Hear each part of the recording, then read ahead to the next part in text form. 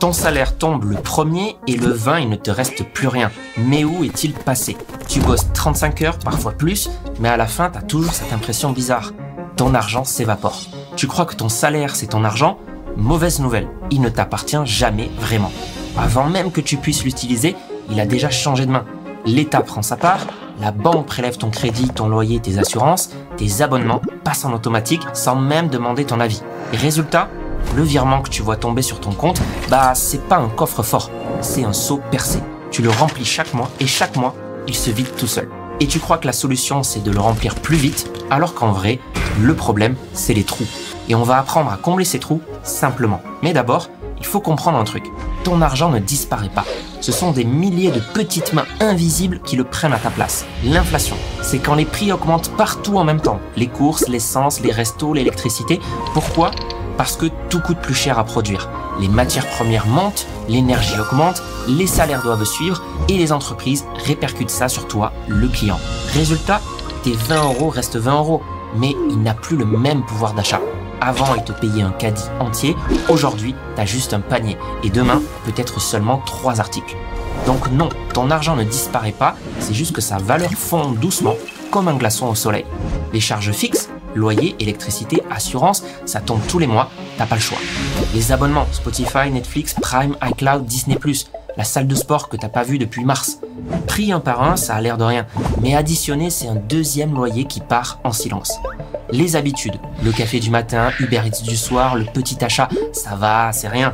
Mais à la fin du mois, c'est une fuite énorme. Alors pour gagner de l'argent, tu te dis, il faut que je bosse plus, faire des heures sup, changer de poste, monter les échelons. Mais il y a un piège. Ton temps, lui, est limité. 24 heures dans une journée, pas plus. Tu peux bosser plus fort, tu peux bosser plus longtemps, mais tu ne peux pas bosser à l'infini. Et pendant que toi, tu cours derrière ton salaire, les prix, eux, continuent de grimper. C'est comme courir sur un tapis roulant qui accélère en continu. Plus tu cours, plus tu t'épuises, mais t'avances jamais vraiment. Et c'est là la vérité la plus dure. Personne ne devient riche avec son salaire. Parce qu'un salaire, c'est juste ton temps transformé en argent. Et ton temps, lui, il a une fin. Pendant que toi, tu t'épuises à courir derrière ton salaire, les plus riches, eux, ils font l'inverse. Ils travaillent pas plus, ils font travailler leur argent. Et c'est pas si bête. Ton épargne qui dort sur ton compte, ta banque, elle l'utilise déjà pour prêter, investir, et elle encaisse les bénéfices à ta place. Tes dépenses du quotidien, chaque euro que tu donnes à Amazon, Netflix ou McDo, c'est eux qui le réinvestissent pour grossir encore plus. Leur secret, c'est pas de vendre plus de temps, c'est de transformer l'argent en temps. 1 euro placé, c'est 1 euro qui bosse même pendant que tu dors. C'est ça la différence entre un revenu actif, ton salaire, et un revenu passif, ton argent qui bosse pour toi.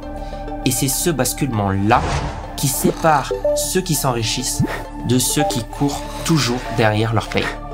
Alors, comment tu sors de ce piège? Faut pas bosser plus, faut bosser autrement.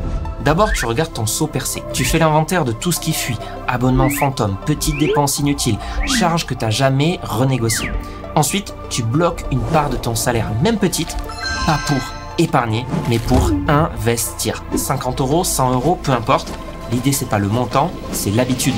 C'est de prendre l'habitude de mettre ton argent au travail au lieu de le laisser dormir. Parce qu'à la fin, le plus riche, c'est pas celui qui gagne le plus, c'est celui qui sait garder et faire grandir ce qu'il a déjà.